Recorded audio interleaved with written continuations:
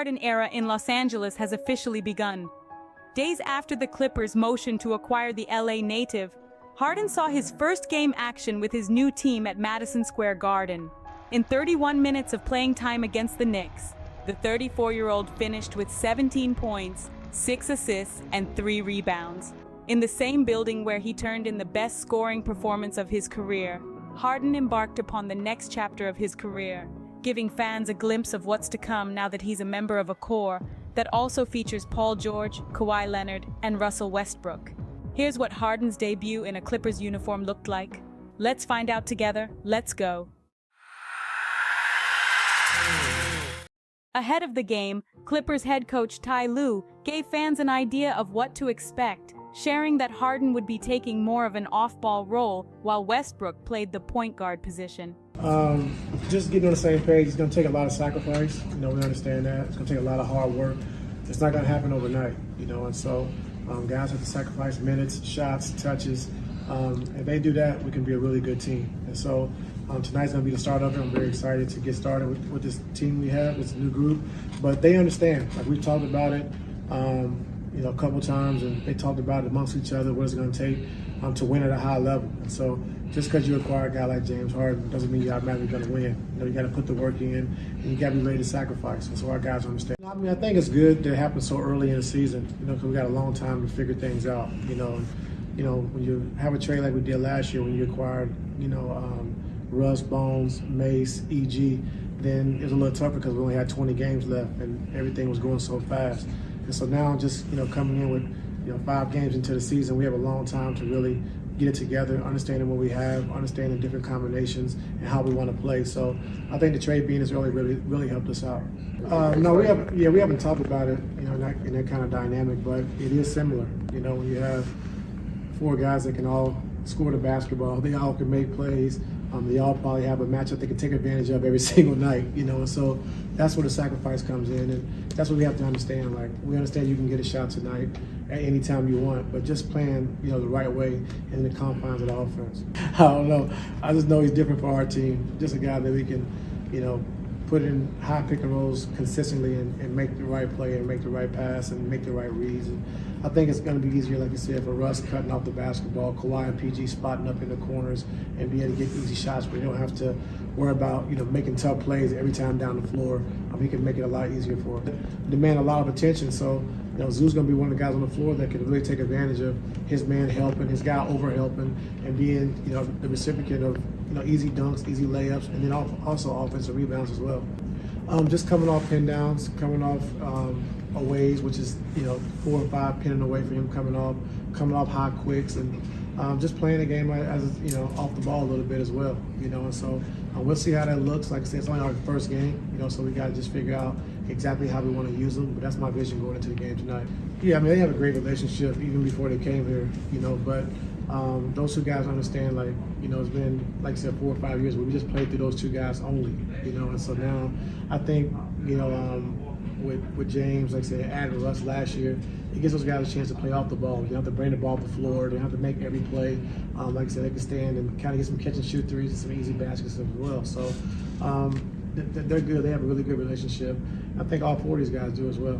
I just hope when they're cooking, they're not eating all the food, So that's the biggest thing. But that's gonna be my job, just to make sure I manage and make sure everyone is in a rhythm on a nightly basis, And so that's my job. And like I said, I'm excited to see it tonight, see how it looks, and then we'll kind of go from there.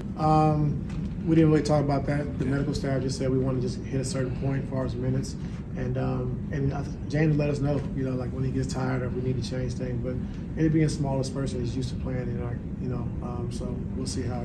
Yeah, I've scripted it out 1,000 times, but we'll see how it works. But I have a plan in place of how we want to use it. how we want to do it, and kind of go from there. But I think it'll be good for us. Yes, it's happened before, and we were still able to reach the finals, the time we got Jordan Clarkson and George Hill, Larry Nance, and it happened pretty late in the season, but, of course we have Bron. So, Bron did his thing. We were still able to make the finals, but it was a little late in the season, so you couldn't really add as much as you wanted to add. They kind of had to learn on the fly, so it was pretty tough. Anytime you can play in the Garden, it's great. And so the mecca of basketball, and This is where I have my career high in the guard. So everyone, yeah, BT. Everyone wants to play well in the guard. So it's a great start for us, a great place to play. Hopefully we can have a lot of energy coming out into this game. Like I said, the fans are going to be great. Even though they're big Knicks fans, they're fans of good basketball. And so hopefully we can give them that. Yeah, I think just take what the defense gives you. We know any team, TF's coaches, they're going to be great defensively. And so they do a good job protecting the paint. So we got to make sure we're really good with our spacing, make sure we're making our right slot cuts and our right reads out of that. And then, if it's 53s and nice 53s, whatever the defense gives you and we're taking good shots, that's what we want to take. Because of the role we've become accustomed to seeing Harden play over the past several years, it was strange to watch him begin the game in an off-ball role. When Westbrook started the offense in early possessions, Harden spaced out in the corner. LA's first 3 points came from what looks to be a promising pick-and-roll pairing between Harden and Zubac. On the first possession, Zubac was fouled after Harden found him rolling into the lane. 2 possessions later, Harden grabbed a defensive rebound, initiated the offense, and, after receiving a ball screen, found a rolling Zubac, who would score the Clippers' first field goal of the night. Given Harden's track record for making life easier for his bigs, Zubac is going to thrive playing alongside his new teammate. Harden's dime to Zubac was one of 2 first-quarter helpers, the other being an extra pass to set up a Westbrook corner 3. If there were any concerns about Westbrook, he scored a game-high 9 points in the first quarter and looked comfortable sharing a backcourt with Harden. Here's a breakdown of Harden's 6 assists.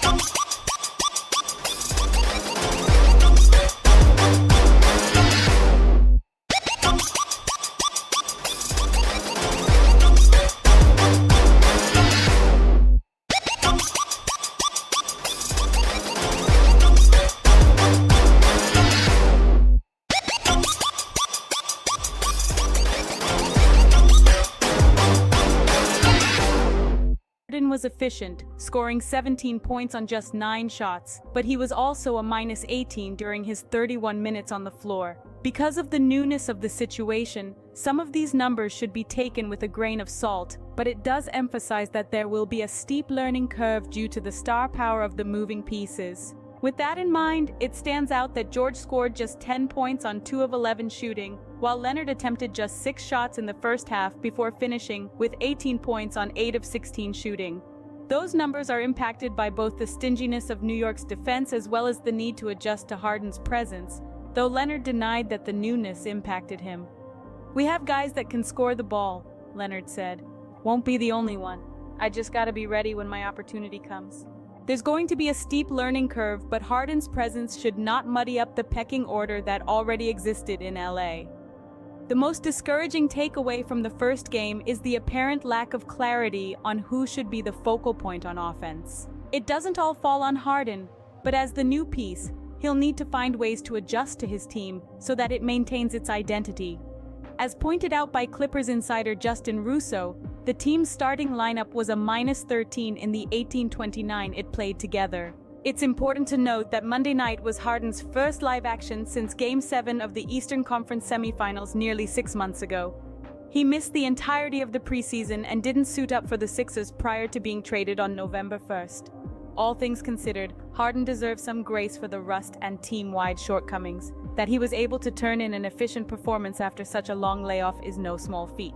Just as there are concerns that need to be figured out, there are some aspects that should cause encouragement, including Harden's potential ability to command the second unit, with whom he will be more ball dominant and run more pick and rolls. It won't be easy, but there is a path for the Clippers to make this experiment work.